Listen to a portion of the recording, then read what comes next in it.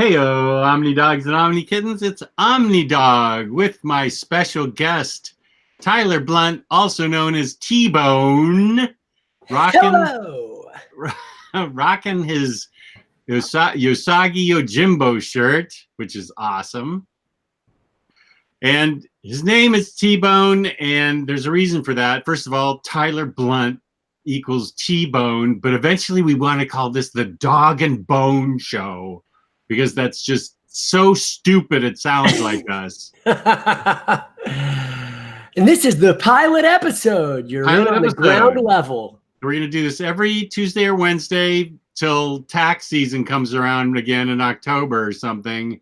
And we're going to pick a couple of books and go over them, tell you what we think of them, and if you should read them. And we're going to start out with, I just picked these books because I am all of a sudden developing a big interest in the X-Men, and that is X-Men from 2016 on. I don't have it in me to tackle the X-Men from 1963 on, so I picked a little bit more manageable chunk, like current X-Men. And so today we're going to be reviewing, you read these digitally? I did, on Marvel Unlimited. MarvelUnlimited.com, where you can read all your fantastic Marvel books for the low, low price of $9.99 a month. That's a pretty darn good deal. I never even think of that. I just order books. I don't even think of digital. It just doesn't even compute with me. I wonder if that's just, I don't know, if I just think of books first and I'm not a digital guy. I'm reasonably tech savvy, reasonably. I mean, I'm not the most, tech competent dude, but I mean, I could do this. I set this up. But I think I just like the feel of books. The physical books are definitely the way to go. In my opinion, I'll never get away from that. But for quick reads or series I'm not certain on, the Marvel Unlimited is a great way to go. And a heads up to all you Dog and Bone fans out there. There will likely be, no promises guaranteed, a free month of Marvel Unlimited once Spider-Man Far From Home releases. So if you got some Marvel titles you're interested in reading, keep an eye on Marvel.com. Sign up. Yeah, I went ahead and got a bunch of these. So you can feel free, Tyler, to go ahead and just download a bunch of these books, because I like these. Well, okay, I'm getting ahead of myself. What we did was, I'm getting way ahead of myself. This is Extraordinary X-Men 1, X-Haven by Jeff Lemire and Humberto Ramos, #1. And this is what's referred to as Uncanny X-Men because it's by Cullen Bunn. Uncanny X-Men #1. And then 6 months later came out Death of X. And it's kind of weird that it came out 6 months later, because it tells you everything that's going on in these two issues, two trades.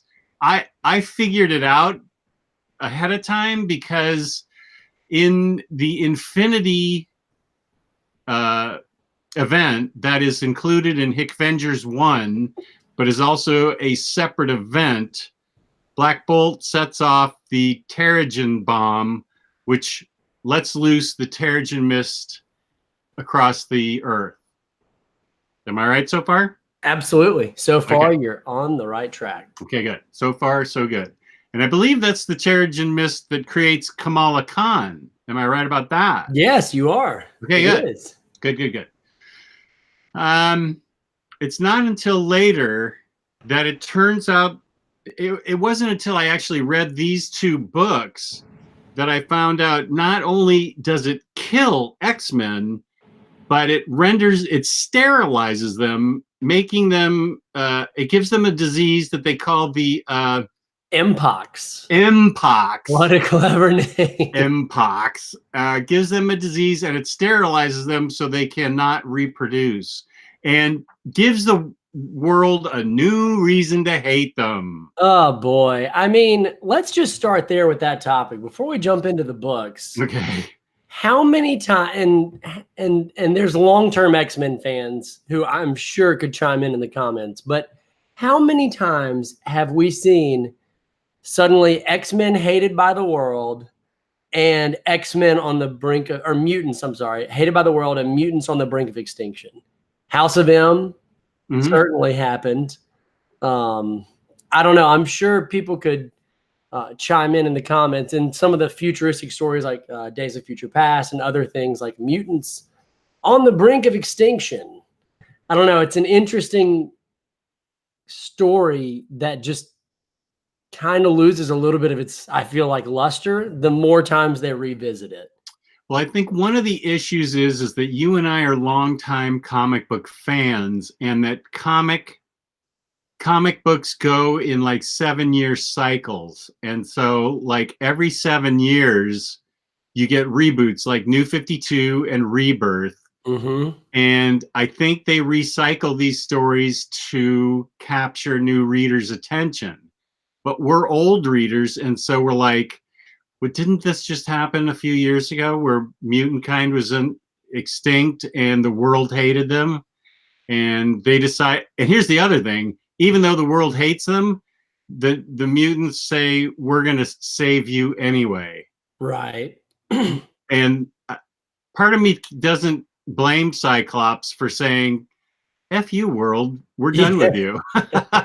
Absolutely. I mean, part of me doesn't blame him. And that's kind of in character with the fact that he's seen this cycle happen so many times. And I agree with what you're saying as new readers, and especially as readers of collected editions. You know, we pick up these editions, so like we're only picking up the biggest events or the biggest stories, a lot of us, over the past, 30 or 40 years. And so if this event or this story has been told in a good way in the past, it's likely that it's one of the few X-Men books that people have read who read collected editions, even if you don't follow with every single issue release. So it's definitely interesting, but I agree. And on the topic of Cyclops, like, let's just jump into the character of Cyclops, who I think has had maybe the most character development of any mutant, certainly, and one of the most character developments just over the course of his life in Marvel comic books.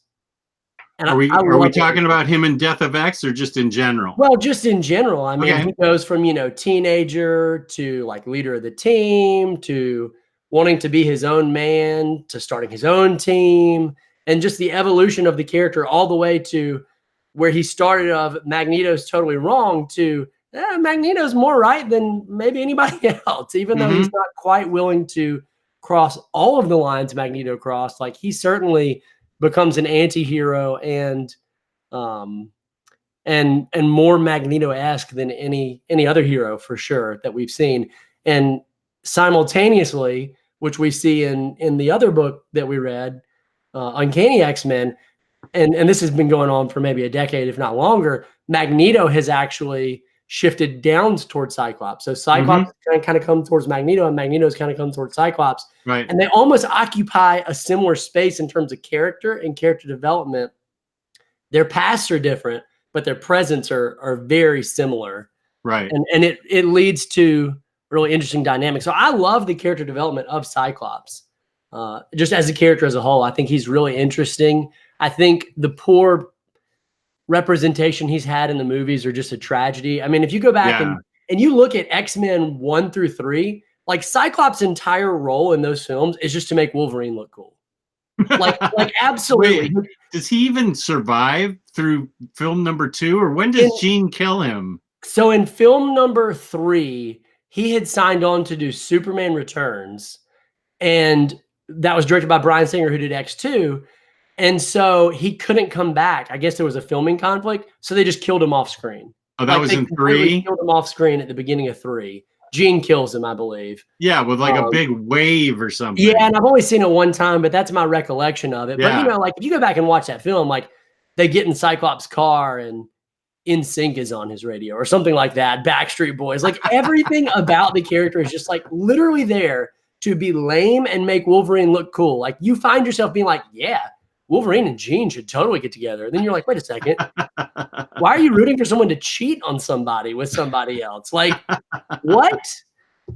It's, so I think pretty lame representation. Well in most media, but in comics, I think he's fantastic. Yeah, and I will say in Uncanny, as usual, the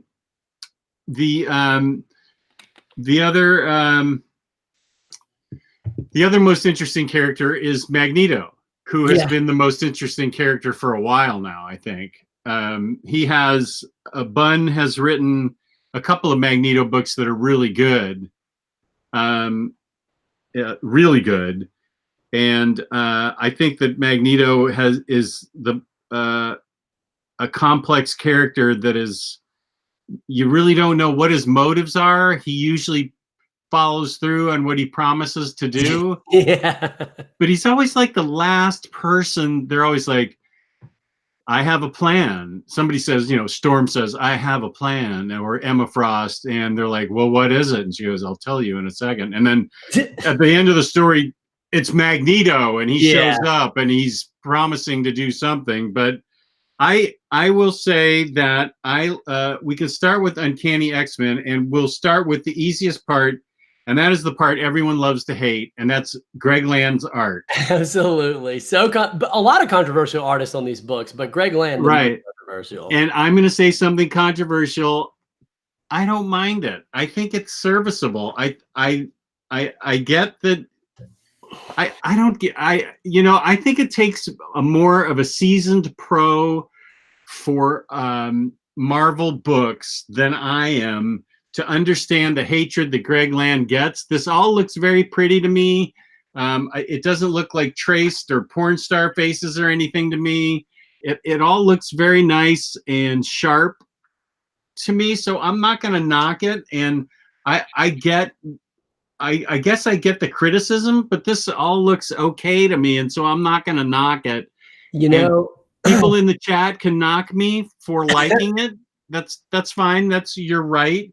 But I don't know. It looks okay. It looks fine to me. I don't mind it. I'm extremely upset that you're saying that because if any like modern media shows have showed me, but like if there's a show with two hosts, they have to take the opposite ends and argue. Okay.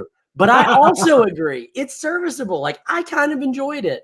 I mean, I didn't love it, but I surely didn't hate it. I mean, he really does seem to draw a more realistic looking comic book characters.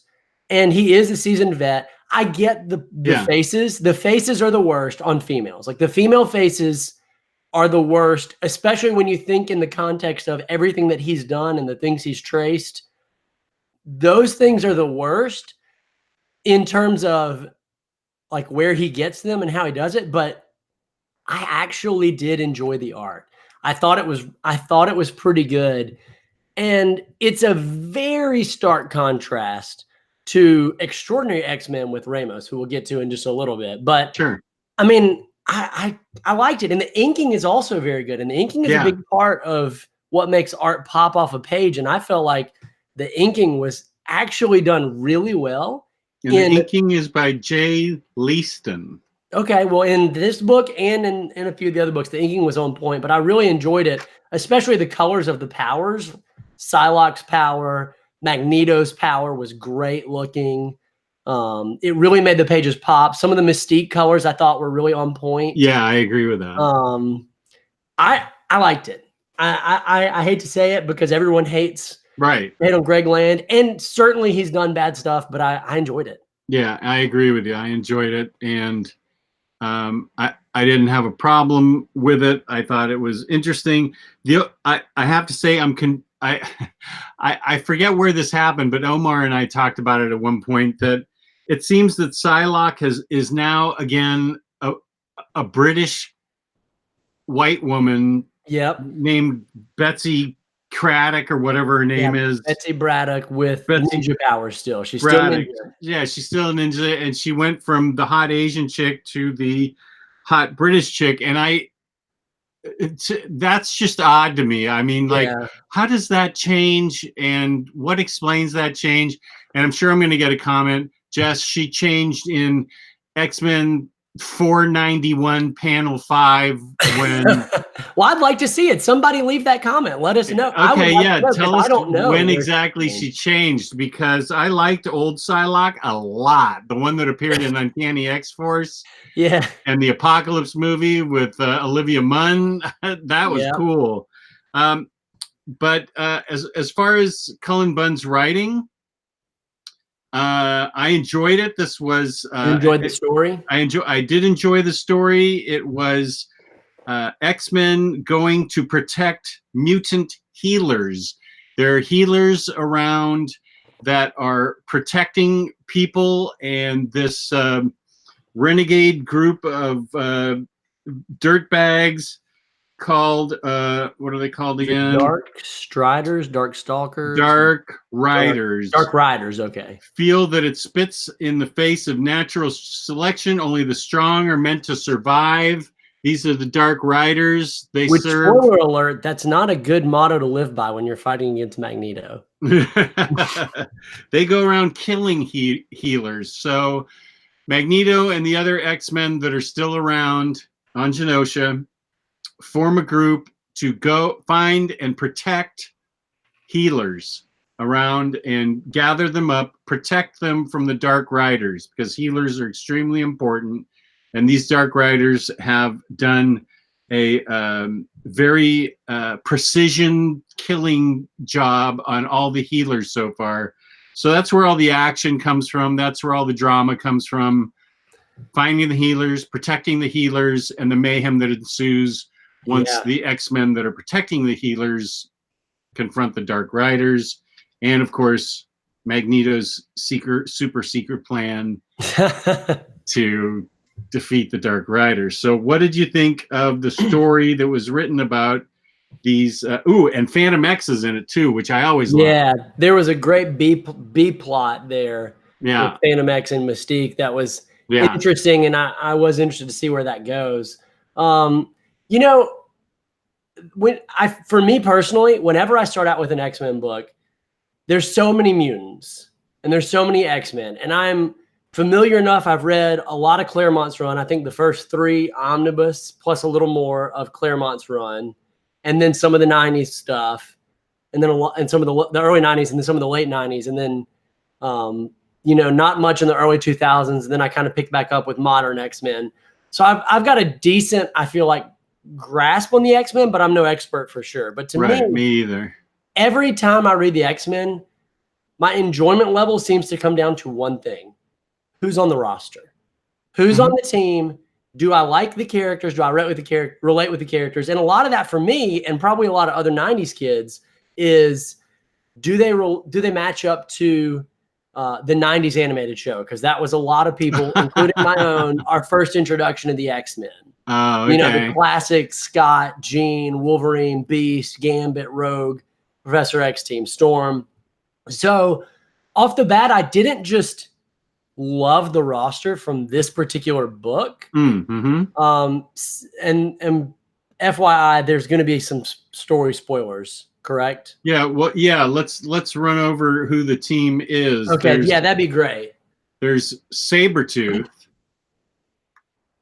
I'm going to pretend that I can actually identify them by their picture. There's Sabretooth. Yep, Sabretooth. That's Psylocke. Magneto, Monet, that's right. And then Archangel. Mindless Archangel, who was formerly Apocalypse. Okay. And then we got Phantom X and Mystique in the books, like you mentioned. Right. And I'm trying to think if there was anybody else. Well, what's his name? The healer figures Elixir was Elixir, the feeler is the feeler. Elixir, who I really enjoyed from some of the earlier, I believe it was New X-Men series that came out in the mid 2000s. I really enjoyed that character. And then we have Zorn, who people love to hate to love, based on Grant Morrison's run and then kind of what they did with the actual Zorn later on. But this looks like it's Zorn, like Zorn. It's it's Zorn. Yeah, Zorn. It's legit Zorn. Yeah, it's legit Zorn. So I like some of the team. I liked Magneto. I like Psylocke. and I like Angel. I enjoy Phantom X, but he wasn't really on the team. He was in the B plot. And I don't know, Sabretooth as like a fill-in Wolverine, you know, he was, for those who don't know and you're just picking up this book or you've read this book, he was bad, and then Axis happened, which switched all the bad guys' personalities to good and good guys' personalities to bad. And at the end of that event, everybody kind of got reset except for a few characters. And he was one of the characters who did not get reset to his original bad personality. So he just kind of feels like a generic Wolverine clone to me in this book. I don't think there's a whole lot that he adds to the team other than like, hey, he used to be a killer, he used to be bad, people were afraid of him. But he just kind of feels like a cheap Wolverine to me. Okay. Loved Psylocke. Magneto was the standout for sure, though. The Angel's plot is interesting. The Angel's now mindless. Yeah. And Psylocke controls him with her mind, but there might be more going on there than meets the eye. And in one of the issues, she kind of sees a vision of him when she's not trying to. And it implies that maybe he's also in her mind. So I'm not really sure where that's going to go. But overall, the team was okay. Monet, I don't really know much about. I didn't hate her character. I just didn't particularly love her because I don't know that much about her. But the story, I thought, was interesting. It was kind of a unique story because these guys weren't actually just like, let's kill all humans, let's kill all mutants. They were just going for the healers, and then they were out. And that set up an interesting dynamic of these were assassination missions that the Uncanny X-Men were trying to prevent. And so the success was not, can we beat the bad guys? It was just, can we keep these guys alive? Yeah. And almost all the way through, the answer was no. Right. There were some pretty tragic moments. I was actually legit kind of sad about what happened to Elixir. Yeah. I thought that was good writing, good pacing. I thought the story made sense, not a lot of loopholes. I enjoyed the B subplot with Phantom X, excuse me, and Mystique doing spy espionage stuff and working for an organization that we don't really know much about. I like the story. I thought it was good. I thought it was a really good jumping on point, which I think is important to mention here, in that these books this was post-Axis. I believe this was the beginning of all new Marvel Now X-Men titles, correct? I don't know if it's Marvel Now. I'm sorry, all new, all different. This is all new, all different Marvel. Yeah, this is called Uncanny X-Men Superior, Volume 1. I can't remember the exact time these came out, but it's very clearly jumping on points. This book was printed in 2016. Okay, maybe someone can let me know in the comments. I think it was the beginning of all new, all different Marvel. Like when they reset a bunch of the books, and this was clearly meant to be a jumping on point. Right. And I felt like it was a pretty good jumping on point. Like you didn't have to know that much to get into it. It's a great read for people who are interested in modern X-Men. I didn't think it was anything to write home about, but I liked it. I liked it a lot, and I'm the perfect candidate to jump in on it because I have basic X-Men knowledge, and I wanted to jump into something. I understand the Terrigen Mist thing happened because I read Hickman's Avengers. I've read enough Inhuman stuff that I know what the deal is there. So I had a working knowledge.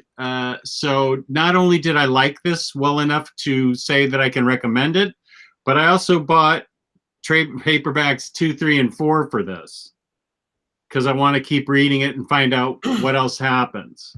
So I guess, so you found it compelling. I did. I found it compelling, and I found it worth reading the entire series, Uncanny X-Men. Yes. I liked it a lot. I found it not super compelling, but I enjoyed what I read. I can see it appealing to somebody with probably less Marvel knowledge, which I think is probably our case. You have more Marvel knowledge than I do. So I think that that's probably where we're falling on this. You have more Marvel knowledge, so this may not be the book, to really jack you up like it did for me. I was like, whoa, this is interesting. These characters are interesting. I think you're right. This is a good jumping on point for people with with just enough knowledge to make it interesting. Absolutely. Absolutely. Good review. So let us know in the comments if you've read this book. Let us know what you thought of the run. Did you find it compelling? But don't get personal. Oh yeah. No. Just because I liked it doesn't mean I'm a jerk. Oh, absolutely not. Yeah. No. I mean, you could be a jerk, but just for other reasons, not this reason. Yeah, don't be a jerk to me because I like it. But yeah, it was a good first book. Yeah. And so, wait, we're saving Death of X for last? Yeah, let's do Death of X for last. Okay, then we're talking about Extraordinary X-Men by Lemire with art by Humberto Ramos, art by Victor Olazaba. I'm sorry, ink by Victor Olazaba. And I thought this, first of all, I liked it because it has my gal Magic in it a lot. Yeah, she's awesome. Isn't she so great? She is awesome in this. The more Magic, the better. That's going to be my goal this year, is to read as much Magic and as much X-Men as I can. Yeah, the art is a little cartoony in this, but that's okay. It didn't distract me. I found it to be dramatic enough, and Magic goes to get her brother back from his Russian farm to come join them because the M-Pox and the Terrigen Mist. I hate that name, dude. I hate M-Pox. I really just can't stand that name. Be more creative, please. The sterilization has created fewer and fewer mutants, so they need whoever they can get. Yeah. They run into Old Man Logan, whose presence has still not been made clear to me. Why he is here, other than I'm going to sneeze right here. Let me mute myself. Do it! Sneeze! Oh, that was great! Dude! Why did you mute yourself? Oh, sorry. God bless yous from everyone in the comments. There's a Sentinel who is now Cerebra, who they've made into the mutant tracking device. And of course, Old Man Logan has a problem with the Sentinel with Cerebra in it because he's an old crusty guy. And Forge and Ice and Iceman and Storm. Storm is the leader of this team. Yeah. Give us a rundown of everybody on the team. Brother, let's put you on the spot here. Every single mutant that appears in all of these issues. Okay, I might be actually able to do this. Let's see. We've got Storm. She's the leader of the team. We've got Iceman, Colossus, Magic, Old Man Logan, a very young Jean Grey, and Nightcrawler and Storm, who I already mentioned. So they're the people. And Nightcrawler's got something going on with him where he's been captured and all he can do is talk scriptures. Yeah, he's kind of lost his mind. Yeah, he's lost his mind, and he's not much of a he's not much of a factor in this, except they're trying to rescue him. And there's Magic and Forge in here as well. Actually, and what? Forge is in here as well. Did you Forge? Oh, I didn't mention him. Okay. Yeah, Forge is doing his Forgey thing, which is really cool. I'm a Forge fan. Yeah, Forge is cool. And so, let's see. So the artwork, what'd you think about? So you like the art? I did like the art. Yeah, it was a little cartoony, but not too cartoony. I liked it a lot. Very pretty colors. I mean, it's colored really well. Again, I agree totally. Good shading there. Ramos is absolutely a controversial artist. I feel like people either love him or hate him because he's so exaggerated, so cartoony, so disproportioned in a lot of ways, like a Colossus in this book. Like, wow, I'm so confused about his size.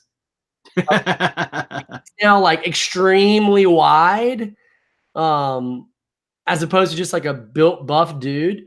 Yeah, I absolutely love Ramos. I started off disliking him on his Spider-Man run and then fell in love with him by the end of it. So I absolutely loved the art in this book. I thought it totally worked. I agreed. It did not detract from the book at all. But I know there are people out there who hate Ramos because it's so cartoony. And it's interesting to kind of compare the Ramos art to the Greg Land art because they are both extremely different styles. Yeah. I don't know how anybody in their right mind could hate the art because Colossus has a metal beard. And if I know, that's funny.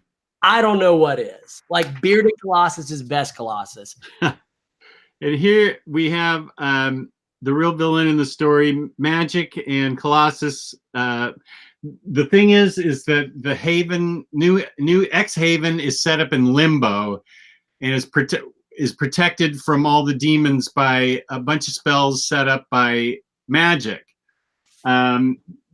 Magic and Colossus go to take care of some villains, and out pops Mr. Sinister, who gives Magic and Colossus an ass kicking. And so the spells in X Haven in limbo start to crumble, and demons start to show up and take over, which is basically Xavier's school for satanic youngsters at this part. Where Storm is, and so there's a big battle going on, and they're still trying to convince Logan. Jean Grey's still trying to convince Logan to join the group, and this is a real crisis happening. It's really more of a let's get the band back together type book. Yeah, for sure. And I think the relationships between the characters were key in this book. I kind of talk about the story. I feel like the relationships, like the action was awesome and great. The plot was basic, but I thought super solid. I thought Mr. Sinister's motivation to create a cure for the Terrigen Mist was like made perfect sense for his character and his science obsession.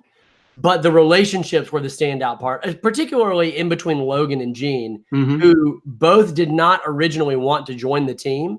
They both wanted to be left in seclusion to do their own thing.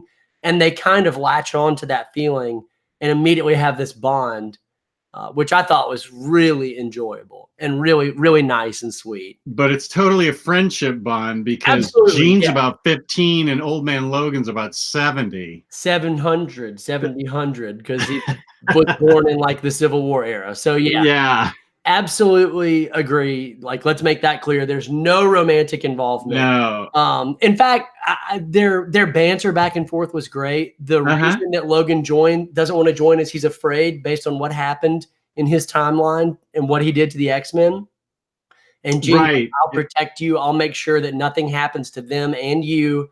Like, I'm here for you. My favorite line of the book was absolutely when they're at the very end of the run, they're walking back into X-Haven, and she turns to him, she goes, "Oh yeah, by the way, there's a teenage Scott here too." And he's like, freaking great. Wonderful. I thought that was great.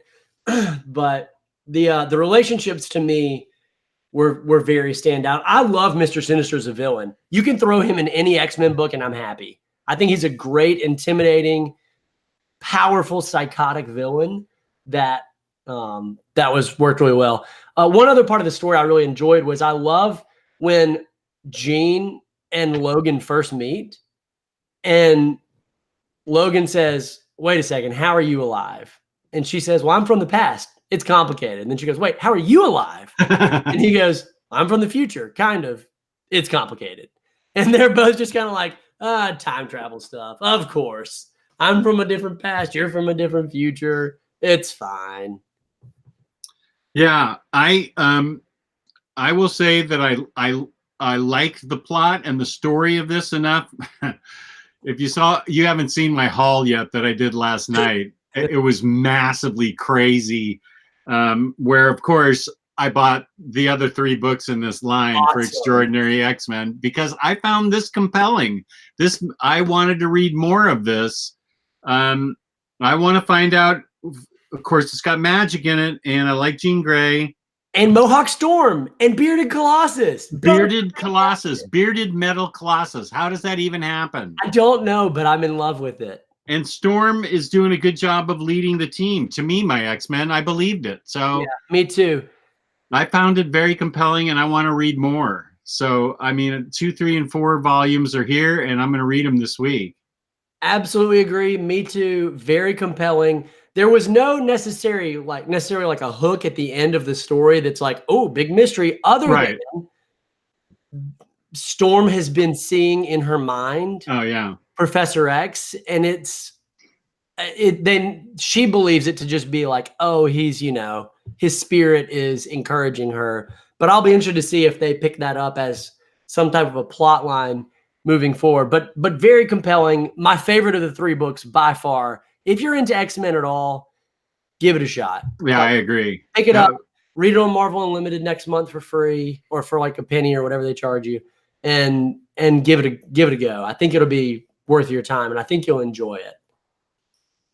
Now, here's the book where we're going to disagree. Maybe. Death of X. Full spoilers ahead. Full spoilers ahead, because this explains everything that we've been reading in this, only it got released 6 months later.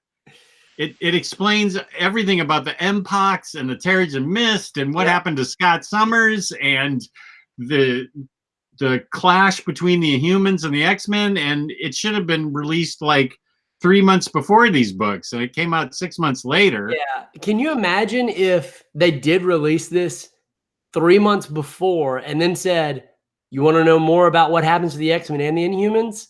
Buy this lineup of books that comes in 3 months. I think that would have been a much better marketing strategy than, hey, you want to understand why all this is happening? Buy this book. Yeah. You're like, okay, I guess I do kind of want to know. Like, it would have been a great setup book, not as great of a explanation book, I feel like. Yeah. I think that was a marketing misstep. I will say it's written by 2 top writers, Jeff Lemire and Charles Soule. And the art is? Aaron Cooder and Javier Gueron. I did not like the art in this. I really didn't. This was my least favorite of all 3 of the arts. Okay, let me highlight this so I can show you the art. And there's a pan. I just really didn't enjoy the faces. It was almost like a, who's the artist who did, quietly. Frank Quietly? Frank Quietly. It's almost like they tried to imitate his faces a little bit, but it just didn't work. I don't know. I did not like the art. And there's a panel in there, I don't know if you can find it to show everybody, where inevitably after Cyclops is killed, Emma Frost is crying, and it's terrible. I mean, I really disliked it. I'm going to have to look for that. I mean, it wasn't like unreadable, but I found myself constantly taken out of the story because I dislike the art. And that's just not something you want to have happen when you're Emma Frost is crying. Let's see. I don't it's know. Like right after the Black Bolt Cyclops confrontation, the very next panel or page, and it's a small square of Emma and her face in tears. You mean this one? Yeah. I can't even tell that's Emma. And look at Magic right there. And I really did not enjoy this art. No, now that you're talking about it, I'm hating it too. I'm sorry. I want people You're ruining this book for me. I'm sorry. The art kept taking me out of the story. Well, it's true. The art can take you out of a story, even if it's really a really good story. Art can take you out of a story. I didn't mind the art that much. It was just kind of pedestrian art. I didn't mind the story that much. I know a lot of old X-Men fans did not like the story because of all the deaths in it, especially of Madrox. Spoiler alert, that really hurt a lot of people. A lot of X Factor fans going to be a lot of X Factor fans were really pissed. I don't have the history. I'm sure Madrox was a good guy. I don't have the history there. I haven't read X Factor. I have a ton of X Factor, but I haven't read it yet. So I don't have the history there. So it doesn't, I'm just like, this is another dead X-Man. So I'm just going to roll with it. But you know, if I opened a book and Ileana was dead, I'd be pretty pissed too. So absolutely. Madrox was a lot of people's favorite characters. So I get why they're pissed. Yeah. but this explains the conflict between the Inhumans and the X-Men. Mm-hmm. The reasoning, there was miscommunication between both sides on how they were trying to solve the Terrigen Mist problem that was killing the X-Men and creating, what was it, Measles X or whatever? Mpox. Mpox. Measles X would have been a better name than Mpox. I can't stand Mpox. I just don't like it.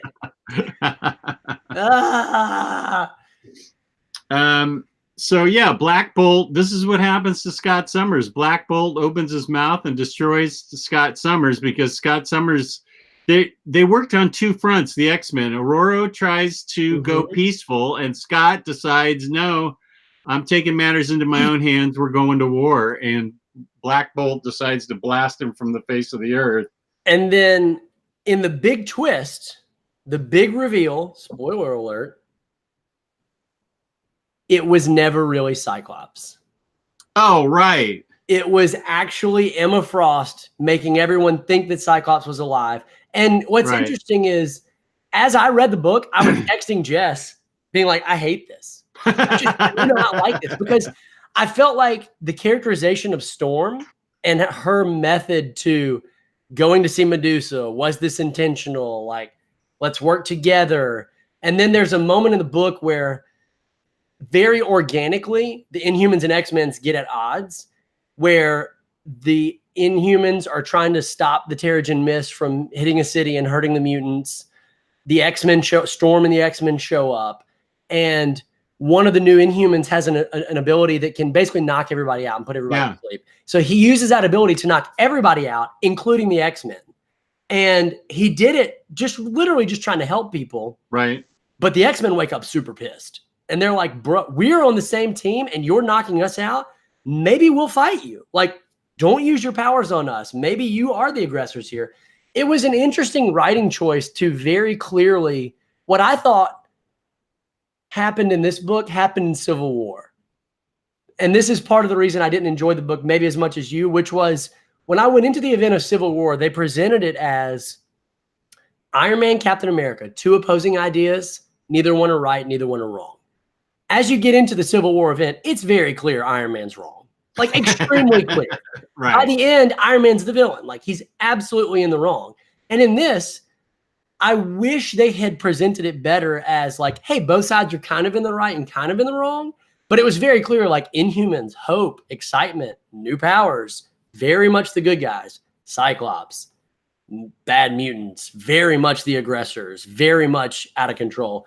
And that was a big problem I had reading the story, was that I felt like Cyclops was not characterized well. I felt like, okay, he's way too militant. Like, yeah, Cyclops is a little militant at this point, but like his immediate response is, we're going to war with the Inhumans. Like, this happened, but then it turns out it's not him. It turns out it's not him, which actually made me like the story.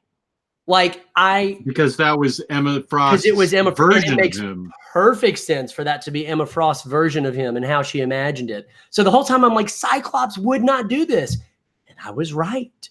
He didn't do that. Mm-hmm. It was Emma Frost all along. I thought it was a great reveal.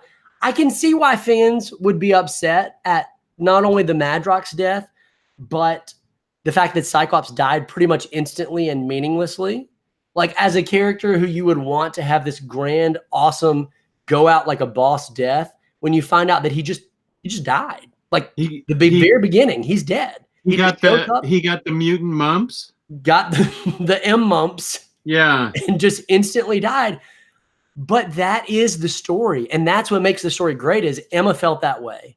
She is almost, in a way, a reflection of fans, in that, as a fan, my reaction, if that had happened, like if he just showed up and died, I'd be like, no, he can't die like this. It's Cyclops.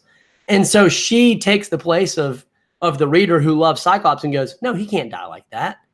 We have to make his death mean something. We have to make it more. Yeah. And that's what she does. And she does have him go out in a way that everybody thinks he was killed by Black Bolt. Mm-hmm. And he says at the very end, she speaking through him, you can kill me now, but I've become something more. I've become an idea. And that's something that lives forever. I made him an idea, and ideas never die. Now, does she look a little crazy there? Oh, absolutely. And I thought that was like pretty, even though I didn't like the art, that was a good, like, yeah, she's crazy. Yeah, and ideas never die. But it worked, and it made me like the story. And I thought it was clever writing. Okay. I thought it was a good setup for what happens. And I just thought overall it was a good story, good twist, good characterizations once I finished the story, like all around. The scene where Magneto shows up, what do you think about that? Let me think. Magneto shows up on the island, and basically, like you were saying in the last review, you know, they call Magneto up, and he's like the last like option of like, I'm going to do what I need to do, and he shows up to contain the Inhumans, and he does it really awesomely. Right. Yeah, he's always happy to help. Right.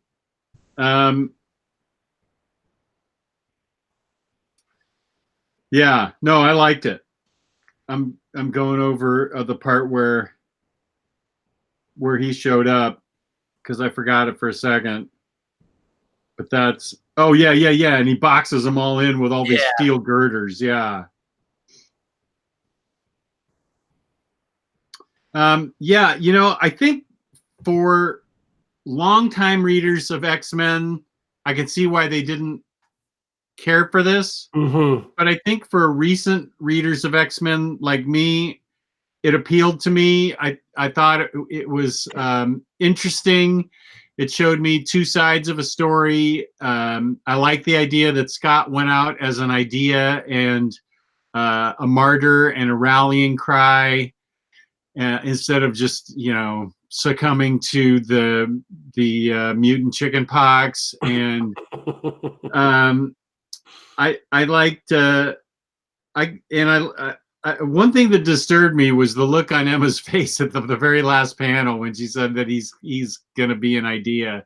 She looked really disturbed and twisted there, and I thought, that's like the most she's ever lost control is right there. She looks like out of her skull there.